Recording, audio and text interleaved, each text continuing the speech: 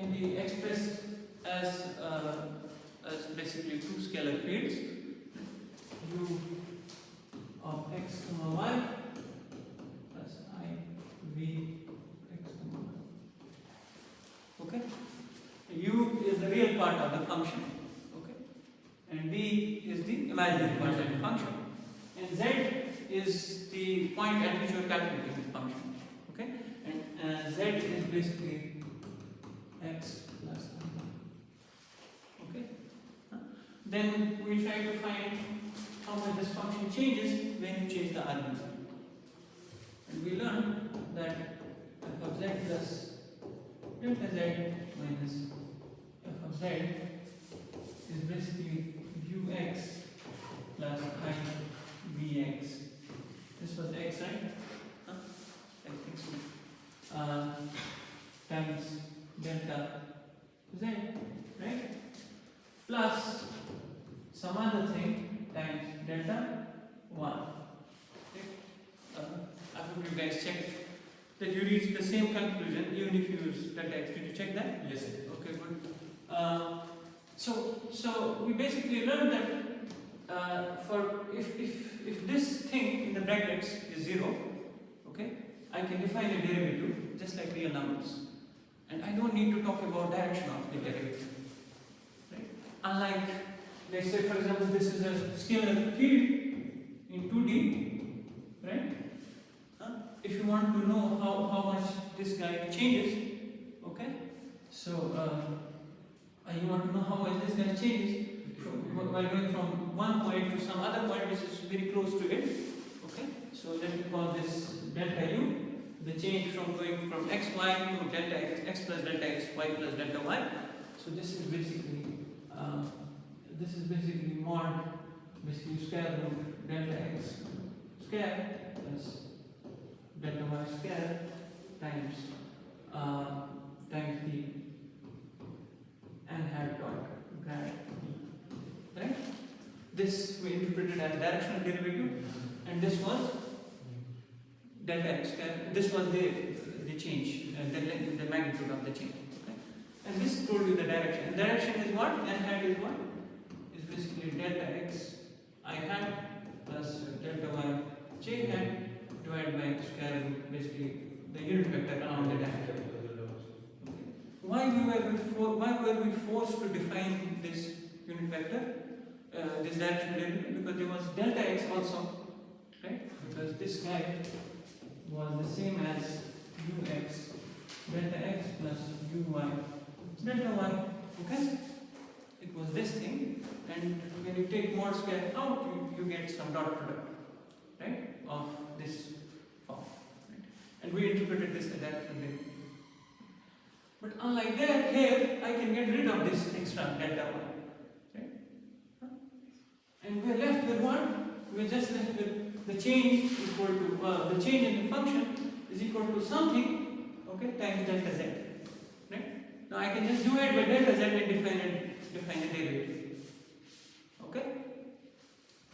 And what is the quality of this derivative? That this does not depend on direction. So then we were basically able to define df by dz, which was delta z equal to 0, z plus delta z minus f of z divided by delta z. Okay? And then this is basically equal to ux plus I of vx. This was your derivative. So there are two ways to compute this derivative. A, you do this, right? Ab initio, first principle, right? Remember you did that in class 12. Or you just do this. You just take real and imaginary parts, differentiate with them with respect to x, the real part of the complex number, and keeping y constant, and you can put it as this u plus iota vx, right? ux plus iota vx, and that gives you the derivative. They will give the same answer. But the important thing to assume was that this thing, which was in the brackets, right, which I don't remember, is basically 0. And we saw that it gave us two equations. What were they? Ux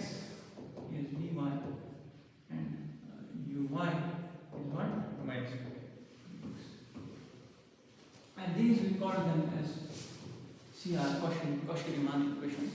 Okay? And they define, they tell us whether a function is what? Analytic or not. A function satisfying these relations, okay, at any point, x comma y, right, is said to be what? Analytic. Okay?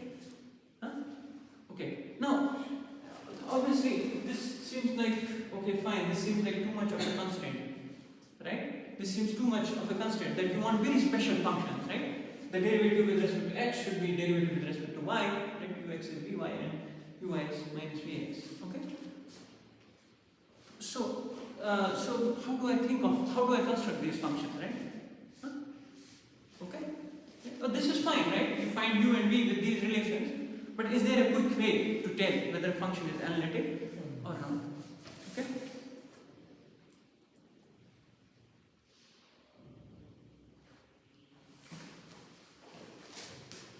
For that, we go back to our change again. How much did the function change? The function changed for z plus delta z minus delta. Z is what? It was ux delta x plus uy delta y. I'm going back to the original. Plus iota vx delta x plus vy delta y. Okay? Let's go back to this. Okay? And instead of replacing one, right? What did I do yesterday? I took delta z, right? Delta z, which was delta x plus I delta y. Right? I just replaced delta x. Yesterday, what did I replace delta x, right? Delta x with iota delta y, and then argued the coefficient of delta y should be 0. But I could do something even a bit better. Okay? I just replace this delta x. I just replace both delta x and delta y. Okay, in favor of delta z and delta z star. Okay, so delta x is not real part of delta z, right? So it should be delta z plus delta z star divided by 2. Right? Yes. And delta y is what? Imaginary part of this number, delta z is, right? Think of this as a single number. It should be delta z minus delta z star divided by 2n. Now, what do I get here? Ux delta what? Delta z plus delta z star divided by 2. I change the notation for complex conjugate. Instead of bar, I am calling it star, but I mean, both mean the same thing. And plus u1 delta z minus delta z star by 4. Okay? Plus iota times vx delta z plus delta z star divided by 2. Right?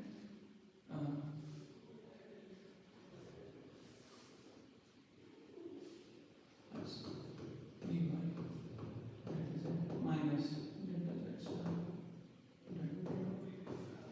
Okay?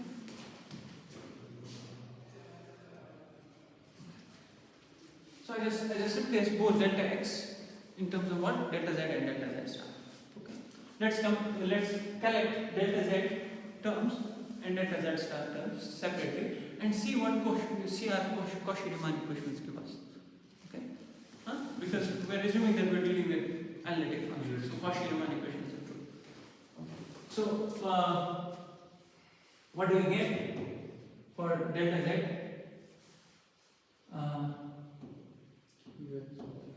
Delta z by 2, ux, I guess ux, and I get uy by iota here. I took delta z by 2 and what do I get here? Plus I dx, and then what? Plus vy by 2. This thing, right? Is this correct? 2 is already. Thanks. Okay. That cancels with this, right? Okay. Now what star by 2. I get, what do I get? I get ux minus uy minus uy by 2. Or 2 I took out. Uy. And then what else?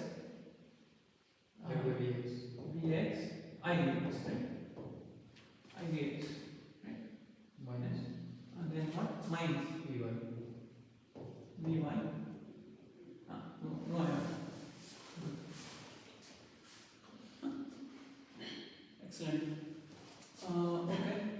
So if I take out this iota here, what do I do? Delta z by 2 iota. Okay. What do I do?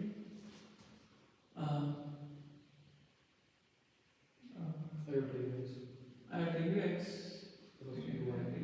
I want to collect iota terms. So ux plus uy minus vx plus iota vy plus delta z star delta 2 iota I ux minus vy minus vx minus this thing, right? Is this correct? Huh? Yeah. Yeah, I might goof up here and there, so no problem.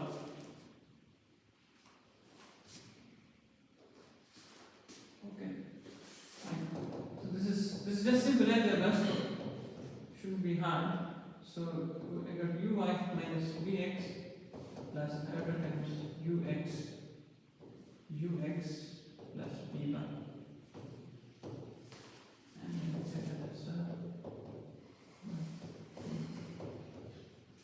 So uy. huh? So uy. Uy Minus vx equal by equation is on. where? This thing is. This one. This thing bracket uy.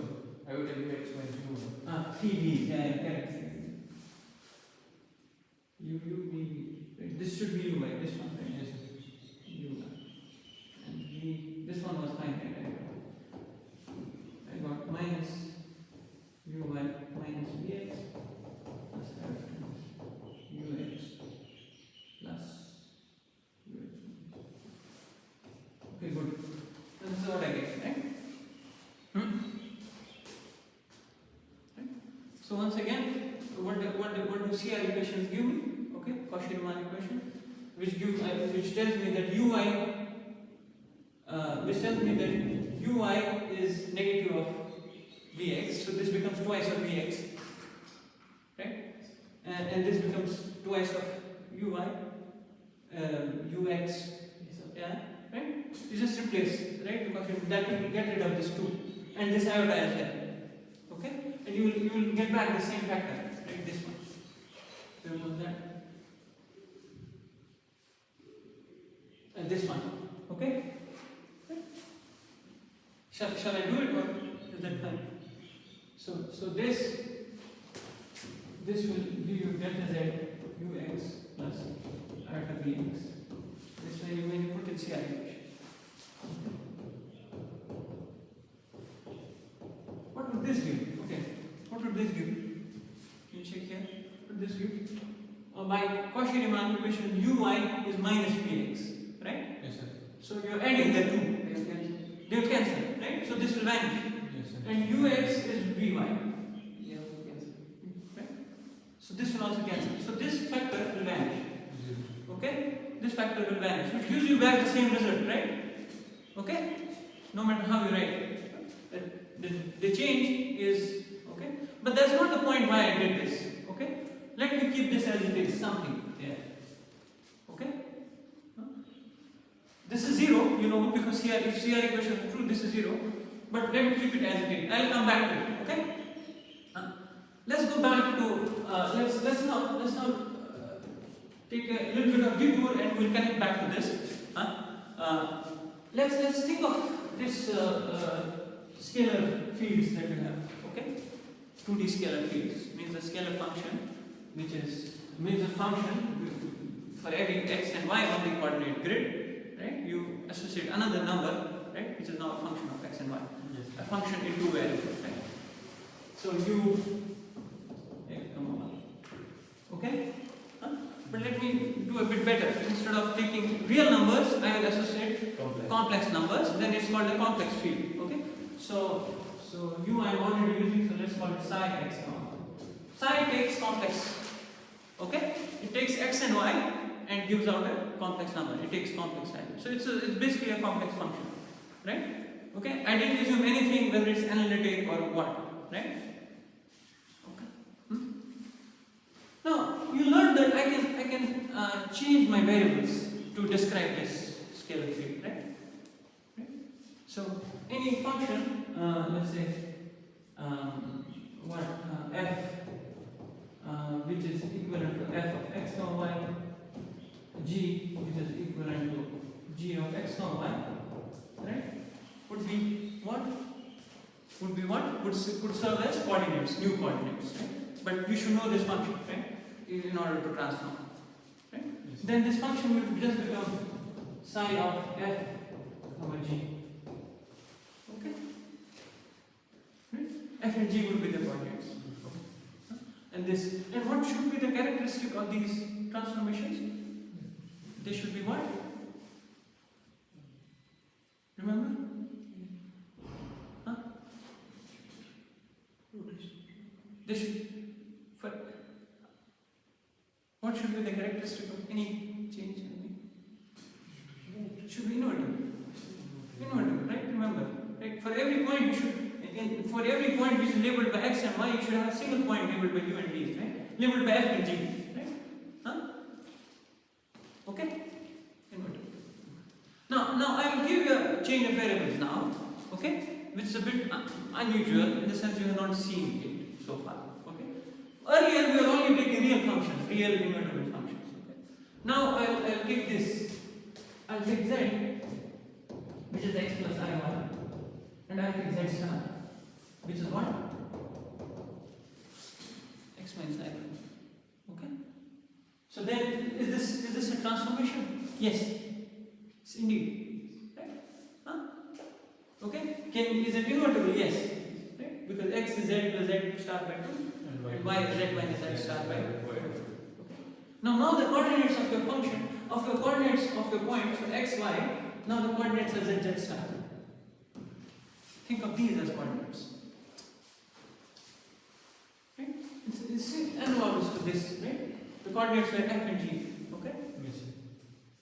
Huh? And how did you calculate any change?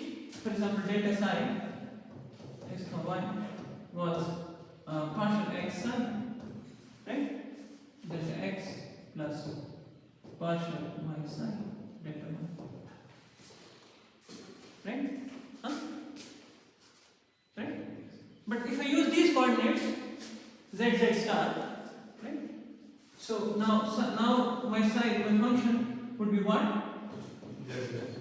Delta psi z, z star. The arguments would be what? Z, z star, the coordinates. Okay? And what would be the change? Partial z, right? Psi times delta z plus partial z star psi delta z star. Remember, you have to treat z and z star as independent complex numbers here, right? Okay? Huh? Yes. Right? So this is the partial derivative. What was this? This was a partial derivative with respect to y, keeping what constant? X constant. Similarly, this will be a partial derivative with respect to what? Z star, keeping what constant? Z. Keeping z constant. Okay? So z plus z star, the derivative would be just 1, right? Z will dz by dz star. You should think of it as a coordinate. Okay? Okay, good. Now let's go back and use that there. What should be this? So this is just a complex function, right? It has arguments z, z star because I was dealing with x and y. Now let's go here. So this is also a complex function, right? This thing that we are dealing with, this delta f, we compute delta f, right? If I go back, this is just delta f, how much f changed when I change the argument. Okay. So what should be this guy? See, compare with this. ux plus iota dx, what should be it? ux plus Iota dx. You compare with this, right? partial z plus iota. It should be partial z of f. Okay? Which is okay because we already defined such a thing, right? df by dz. Right? There was no partial derivative. I didn't take a partial derivative there. The reason will become clear short. Okay? So this should be partial z of f. Okay? What should be this guy? This thing. The thing that was 0. The thing that was amounting to 0. What was that? What should be that? Exactly. So what did we learn? Partial z star of f. Right? Okay? But we know, I mean, we identified this with this, but we know the value here. What is the value? 0. So partial z star of f equal to 0. Right? Okay? Huh? Yes, sir. So if Cauchy-Riemann equations are true, then this is guaranteed, right? Well, what does it mean? If you have a function, its partial derivative with a variable is 0. What does it mean? It's not changing. Yeah, it's not changing, true. But for example, if I write x square plus y square, f of x comma y, is its partial derivative with y 0? Y. Is its partial derivative with y 0? No. Right? Why? Because there is y coming in. Right? Yes, sir. So how do I write a function where partial derivative of y is 0? What do I write here? Any function, so just x square. Free from y. Right? Free from y, exactly, free from y. Right?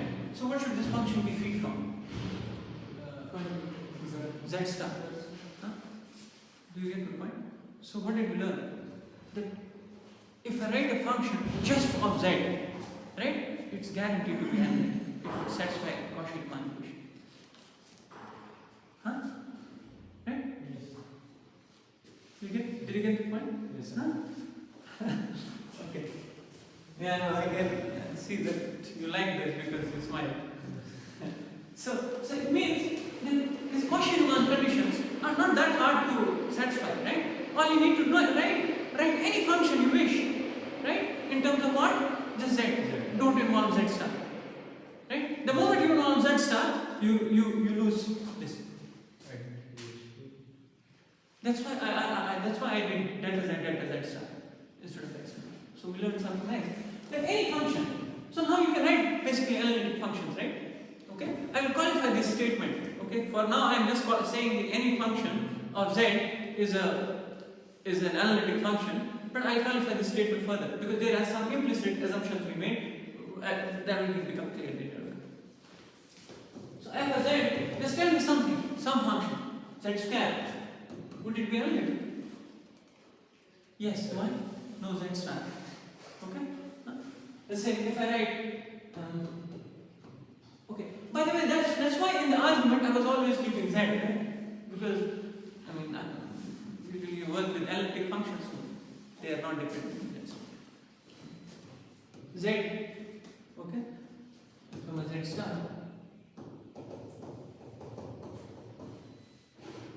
What is this analytic? Is this analytic? Huh? Yes. Huh?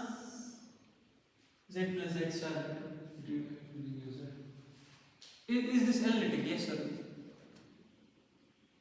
Yes, sir. Huh? No. What did you learn just now? The Z star shouldn't be there. free from that star. Yeah, so is this analytic? No. No, why did you say yes? Huh? No?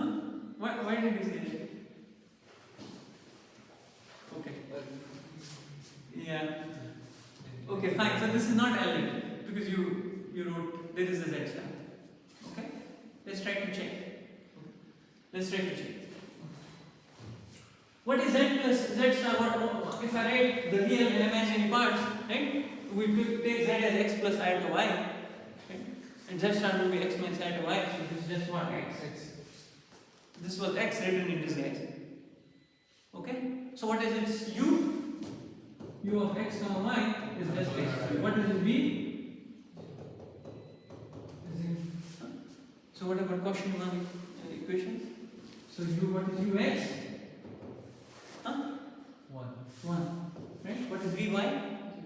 0. So ux is not equal to vy. So it does not satisfy CI equations. Right? Which was indeed what we expected. Why? Because we just learned that if I have a function, right? Huh? And I can purely express it as a function of z, then it is analytic. Okay? Huh? So there are two aspects here. One is I write a function of z, then I automatically get a u and v, which can be wrapped up as a function of z again. For example, f of z equal to z square. Right? Yes. So, but this is also same as x square minus y square plus I over 2xy. Yes. Huh? Okay. This is obvious from here to go from here to here. But if I write the other way around, so if I tell you that I have a function f of z and I tell you that it has let's say x cubed minus y cubed plus I over 3xy. Okay? Can I write it as f of z? Just f of z, some function of z. Right? Huh? How do you find? How do you say yes or no? How can I answer with confidence?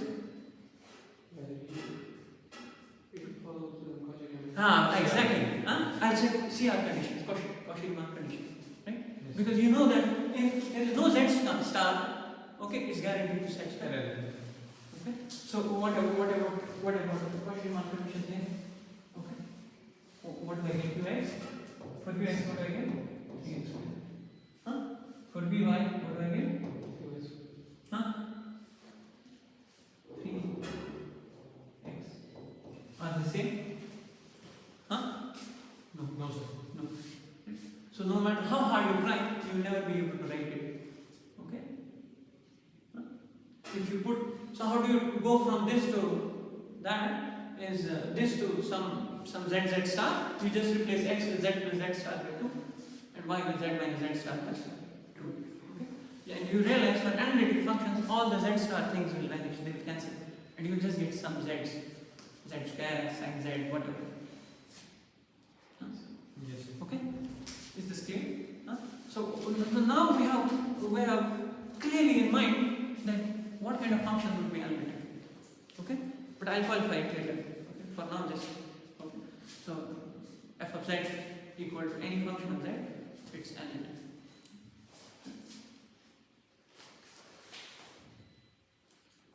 Okay. Good. Now this means that I can now think about all the real functions that I have learned. Okay? I can think about all the real functions that I have learned and just talk about them as complex functions, right? For example, one function would be a polynomial function. Okay? So, polynomial. Just tell me some polynomial. Right, in general, let's say I write a quadratic polynomial az square plus bz plus c. Is it analytic? Is it analytic at any point? Yes, why? Because it is free from z. There's no z star. There's no z star. Okay, but let's check. Okay. What are its real and imaginary parts? Okay, one thing is you can say that, okay, you can say quickly it's analytic because d z star of p of z is a 0. It's free from z star. Right? Huh? Okay. So, but let's do real and imaginary parts, okay? So what do I put for z? X plus I to y, right? This is x plus I to y square plus b. Okay?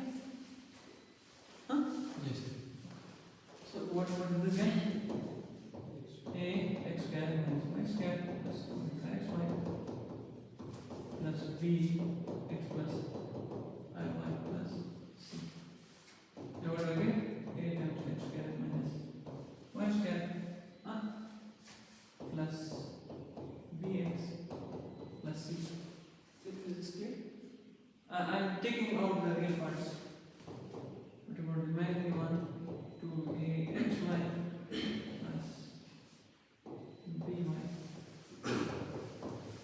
This is the real part and this is the imaginary part. This is clear.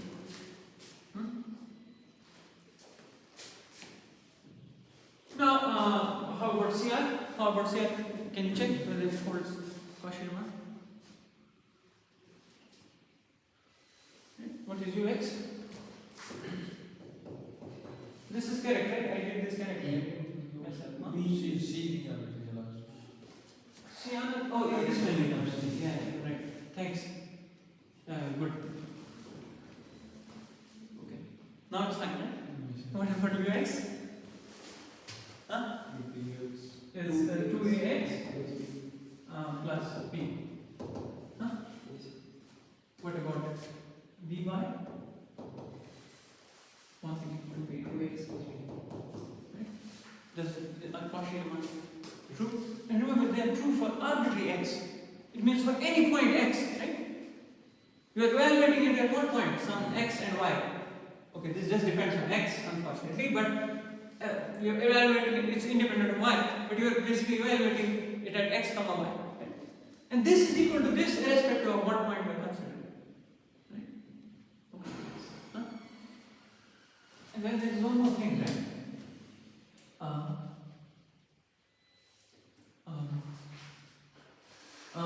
There is one more CR equation, right? Which one? Uy. What is Uy? Minus 2a y. minus 2a1 And bx Bx is what? 2a1. 2ay. Are they negatives of each other? Right? So, and also true for our arbitrary x and y. Okay? So, this polynomial function is analytic where? Where is it analytic? Everywhere on the complex plane. Right? We'll come back to this. These statements that I make, we'll come back to this and we'll sort of clarify. Because, like, for example,